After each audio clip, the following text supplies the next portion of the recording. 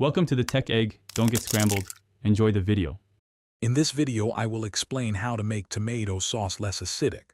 A simple and effective method is to add a small amount of baking soda. Just a pinch, or about 1/4 teaspoon, can neutralize the acidity in a large pot of sauce. Stir it in thoroughly and taste.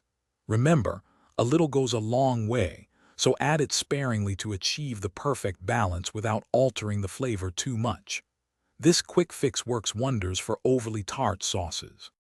Another excellent way to reduce acidity is by incorporating sweeteners. Options like granulated sugar, honey, or maple syrup can effectively balance the tartness. Begin by adding just 1 teaspoon of your preferred sweetener to the sauce. Stir it completely and then taste. You can always add more in small, half-teaspoon increments until you reach a pleasant, less acidic flavor profile. This method also enhances the overall depth of flavor. Incorporating dairy or fat can also significantly smooth out the acidity in your tomato sauce. Heavy cream, unsalted butter, or even a rich cheese like mascarpone or Parmesan are great choices. Try stirring in 1 to 2 tablespoons of heavy cream or a pat of butter towards the end of cooking.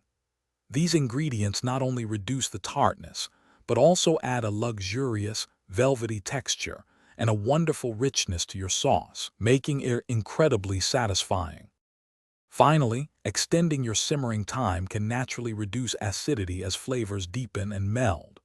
Also, consider adding naturally sweet vegetables like grated carrots or finely diced onions to the sauce as it cooks.